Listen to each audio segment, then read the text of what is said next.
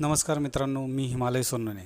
RTI admission lottery 2026 ही 10 April 2026ला निकाल जाहीर होणार होता, परंतु अजूनही वेबसाईट चालू झालेली नाही. काही ठिकाणी असं सांगण्यात आलं होतं की ही वेबसाईट ही 11 ते 2मध्ये चालू होईल.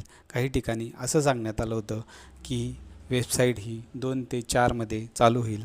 पण आता जवळजवळ 5 वाजण्यात आलेले आहेत, तरीही वेबसाईट अजूनही चालू झालेली नाही आहे. म्हणून अशा अफवांवर विश्वास ठेवू नका.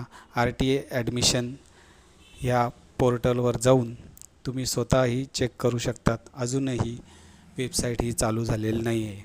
चालू झाल्यावर लवकरच आपल्या चॅनलवर कळवण्यात येईल. थँक्यू.